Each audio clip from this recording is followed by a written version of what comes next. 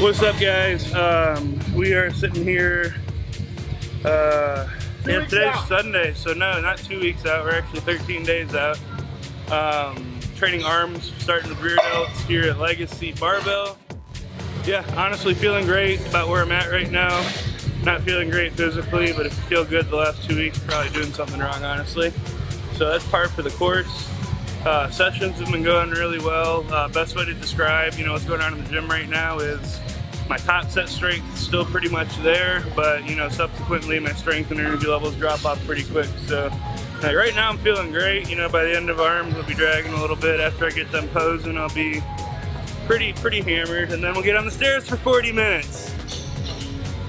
But you know what? Whatever. It's 13 days. I'll eat dog poop for 13 days. That means I'll win. So let's get it.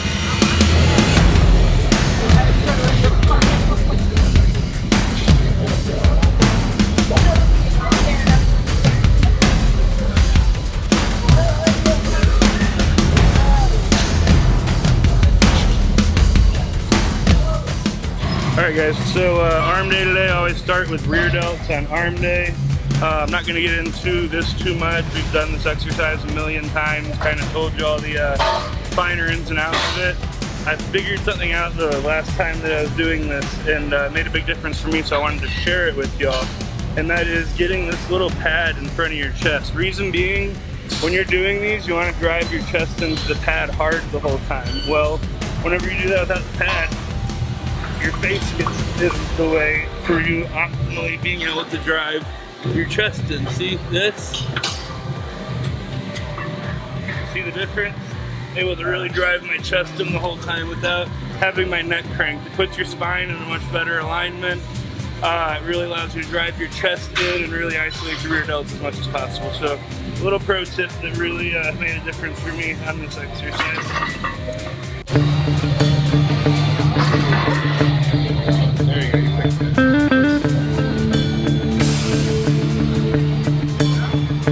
Today's arm day. It's kind of a boring day. We do a lot of the similar stuff every arm workout, but Hunter's 2 weeks out and looking gnarly. So triceps, it's just cool. Your arms look cool when you're lean.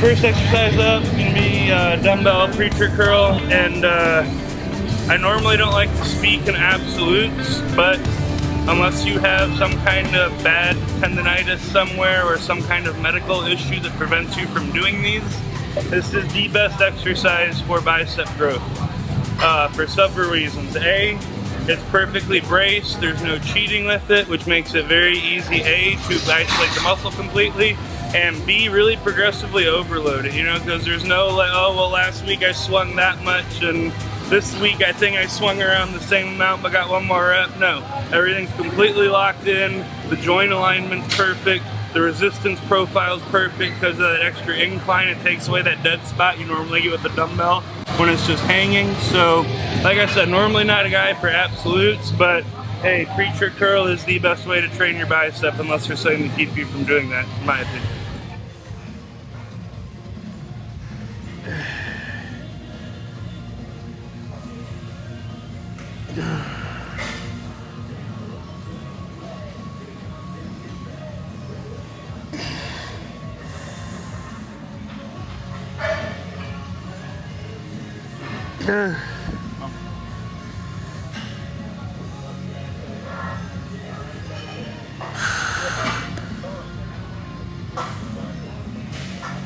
Taking the fat. Yeah.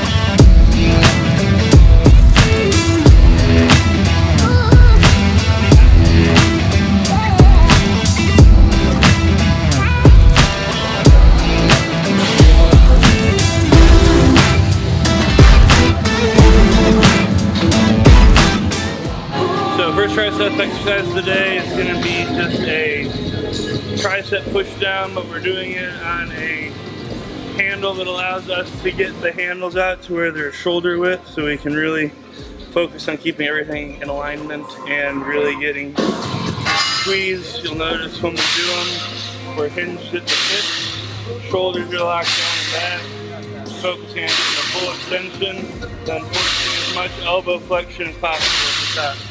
Because your triceps are elbow extensors, so a full stretch means your elbows as flexed as possible, and a full contraction means it is extended as much as possible.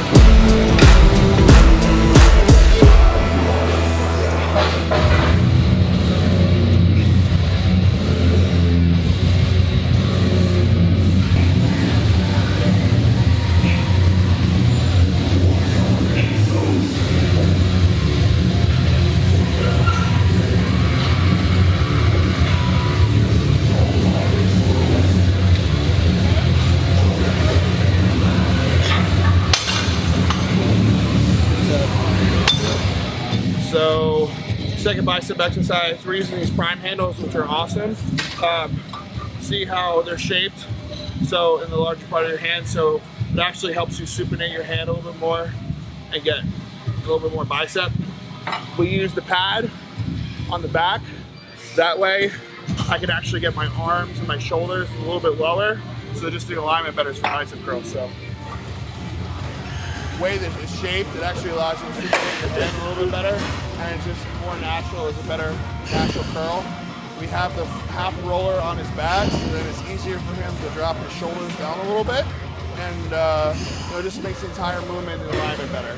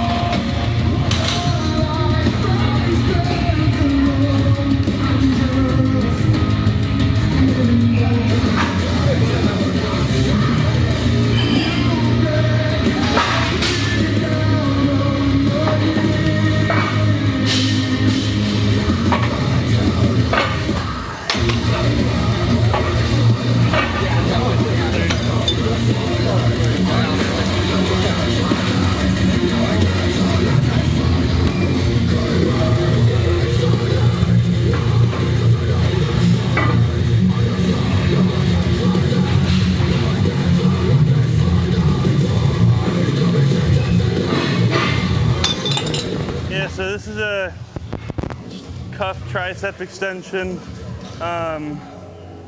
Typically, whenever all the gyms are open, I'll train arms at a gym that's got like the closer-ish cable station from Life Fitness or a Free Motion. We'll do them both crossed at the same time. Why? Because I'm very selectively lazy, and doing both arms at one time is better than just one, because it doesn't take as much time. But anyway, I really like this exercise for the same reason we like all the other ones. Great joint alignment, great resistance profile, doesn't hurt my elbows, and I get a great squeeze, contraction, and feel from it. So this is definitely one of the bread and butter tricep movements. Been doing them pretty much every tricep session for like 2 years now. So he's got low carb brain right now. But he looks amazing. He really does. It's kind of hard to say this seriously with that thing in my hair, you know. You think it's funny, don't you?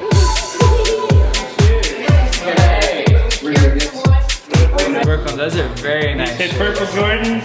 Purple Jordans. Of course, baby. Everyone got stuff from the night gathering today. Typically, most people say season your steak with 3 things: sea salt, black pepper, and like garlic powder, onion powder, depending. I like to do Tony's as well, and then I actually have been enjoying using truffle salt, like black truffle salt instead of just normal sea salt. So that's been good. I've had filet for a meal a day, every day for 5 months now, either filet or sirloin. So at this point, definitely feel like I've got it dialed in on how to cook it, and definitely feel like sometimes I have to change it up just for some variation. So I'm gonna cook these on the cast iron. The way I do them is like really high heat, get like a 2-minute sear on each side, gets a really nice crust, and then pop them in the oven at 425 for like 5 to 6 minutes, depending on how thick they are. These are pretty thick, but not that big, so I'll probably go like 5 minutes with these, just because I know everyone even likes their steaks more on the rare side of things. Salt is crucial to be able to get a pump. I put a lot of salt in my pre-workout meal. I eat a lot of salt on all the rest of my meals. Going into peak week, it's one of those things you like to be able to reduce your sodium intake, not completely cut it out. Completely cutting out your salt will be a disaster for most people who end up going flat, not being able to get a pump, no matter what you do, especially if you use a bunch of diuretics and cut your sodium really hard. There's like no hope for you. Or at least that's been my experience with what I've heard. I've never made that mistake, fortunately enough. I mean, maybe 15 with the hot sauce. It's cucumbers, cilantro, onions, green onions, and hot sauce. So, I mean, really nothing. Yeah.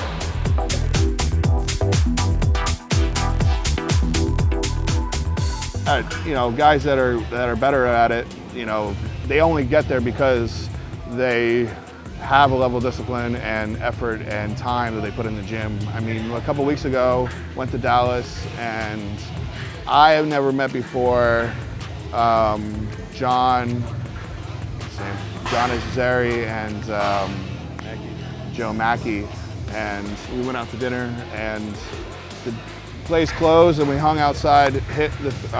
Those guys and Hunter and I hung outside and talked until like almost midnight, just hanging out. And first time I ever met those guys, and we just clicked just because we have common interests, and that's happened a lot.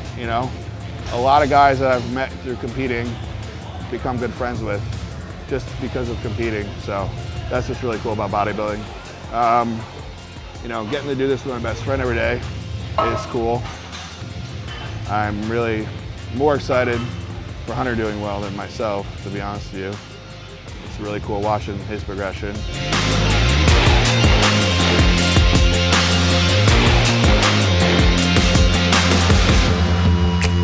We've been doing this long enough and together enough that we both think very similar. And because we're so obsessed with this and because we're so passionate, I feel that we've developed a standard way to develop muscle. We're both really, really good at specifically growing muscle on people. We've all had a bunch of clients, and a lot changes between client and client, but there's definitely a few things that are standard about it. And a lot of it is having a good eye and understanding when to pull the back, when to push harder. I mean, my one client, Kobe, he got better basically because I lowered his volume, I cut his cardio in half, and I gave him more food. So it's not always the answer to just push harder. Sometimes it's pull back, and we do have a good eye for that.